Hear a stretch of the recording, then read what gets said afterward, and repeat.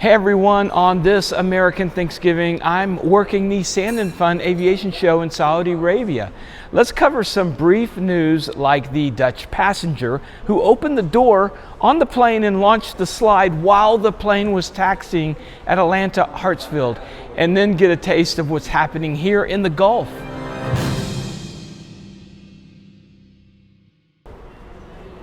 Hi, I'm Dan Milliken, suffering from a cold while I'm traveling, but we'll get through this.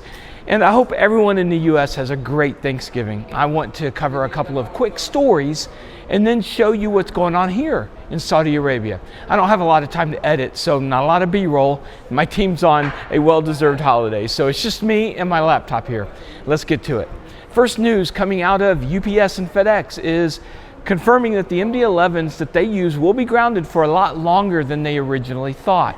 There's been some confusion in the press, but as of today, there's not been a detailed procedure created to fix the problem with the engine and pylon mounts. Most likely, talking to some insiders, it may take like 600 to 800 man-hours to remove, inspect, perform eddy current tests, apply any fixes per aircraft, and really they don't know yet what they'll find. The prelim report on the UPS crash showed fatigue cracking that led to failure of the mounts. But we don't know, was this a one-off or is it a widespread problem among the fleet? In the meantime, FedEx has already canceled all December flights for the MD-11, which means not only parking the jets, but parking the pilots as well. And they sent notices to expect reserve status for January as well. And if you've been following our earlier report, the impact is hitting the third U.S. carrier, Western Global Airlines, hardest. While the MD-11 accounted for FedEx and UPS 4% and 9% of their fleet respectively, WGA, a smaller company, had the majority of their planes as MD-11s. They've had to furlough pilots, and that's heading into the holidays. We wish the best for those pilots. The holiday travel season is kicked off in the U.S. with Wednesday, typically the busiest travel day of the year. Airports were backed up, but no major issues other than the normal big day travel pains. Coming out of the government shutdown, fuel problems in the Pacific Northwest, potential weather delays, all in all, airports around the country reported heavy volumes, but mostly smooth operations. We'll get to one unsmooth one here in a moment. And I'm thankful for all that. And this just in, so a quick edit, the show is going on behind me. The FAA had put out a safety warning to carriers about the increased military activity near Venezuela. 6 airlines have suspended flights to Caracas, including Iberia, TAP, Avianca, LATAM, Colombia, Turkish Airlines, and GOL. In response, Venezuela has revoked traffic rights for those airlines. Things are really heating up there. All right, in a bizarre story, on Tuesday, November 25th, KLM Flight 622 was going to depart Atlanta for Amsterdam and was taxiing. The police said that 32-year-old Johannes van Heertem called 911 from inside the plane, claiming he saw another traveler with a weapon.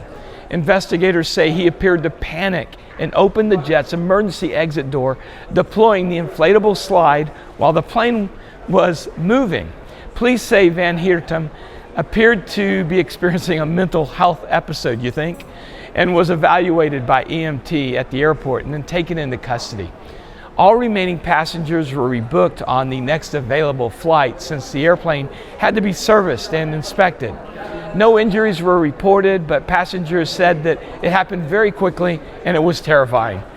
There was no report of whether any weapon was actually found, but I'm guessing not. Nothing like an emergency chute deployment on the taxiway at one of the world's busiest airports on the lead up to Thanksgiving holiday travel. And I hope they all made it okay to Amsterdam. All right, turning to pilot training. 2 big players announced a strategic partnership. Embry-Riddle Aeronautical University and ATP Flight School have officially announced a partnership to help improve the training pathway for pilots. The plan allows ATP students to smoothly transition into degree programs at Embry-Riddle worldwide, where they can get an Associate in Science in Aeronautics, or a Bachelor's of Science in Aeronautics, or a Bachelor of Science in Pilot Operations, with the possibility of transferring up to 45 credits from flight certificates. The whole goal, according to people at both organizations, is to create a unified education to career pathway. All right, turning abroad. I'm here at the Al Tumama airport, about an hour outside of Riyadh, Saudi Arabia, and I'm experiencing something I really didn't expect, which I'll do a deep dive on in the upcoming days on our sister channel, In the Hangar. It's witnessing the birth and beginning of a general aviation industry that is mashing the gas pedal, or I should say firewalling the throttle, and is growing dramatically. This is the Saudi Aviation Club, the center of where a new generation pilots are being trained. It's where there's a hunger for learning and a freshness to aviation, and quite frankly makes me question if I've been taking general aviation for granted in my country. It's a great eye-opener and a reminder of what freedom to fly really is. Once a year now, the Saudi Aviation Club puts on an air show for 4 days, and every year it has grown substantially. I had to come out and witness it for myself. And on this Thanksgiving Day, I'll leave you with some quickly edited sights and sounds and hope you enjoy it. And maybe one day you guys can come out to this wonderful air show they call Sand and Fun.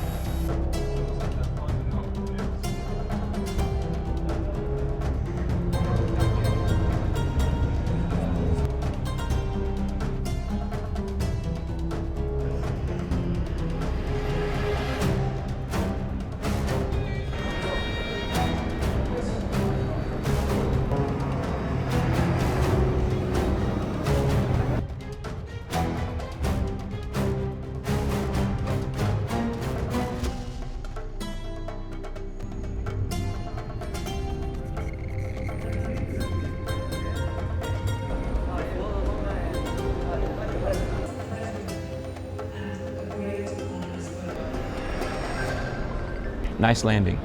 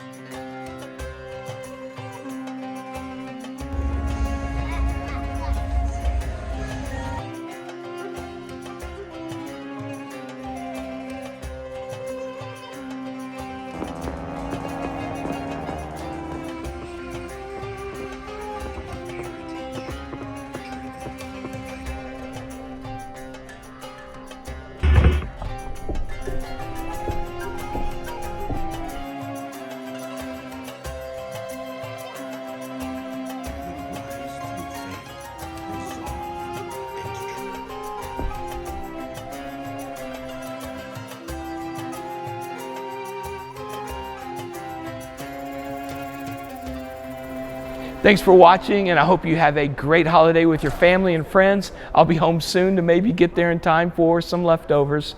Thanks to our sponsors who make our videos possible, like Flying Eyes.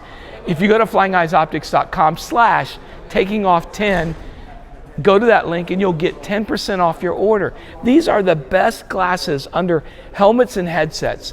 Again, thanks for watching, and please check out our recent report here on the screen. Stay safe, and remember, superior judgment trumps superior skill. Take care.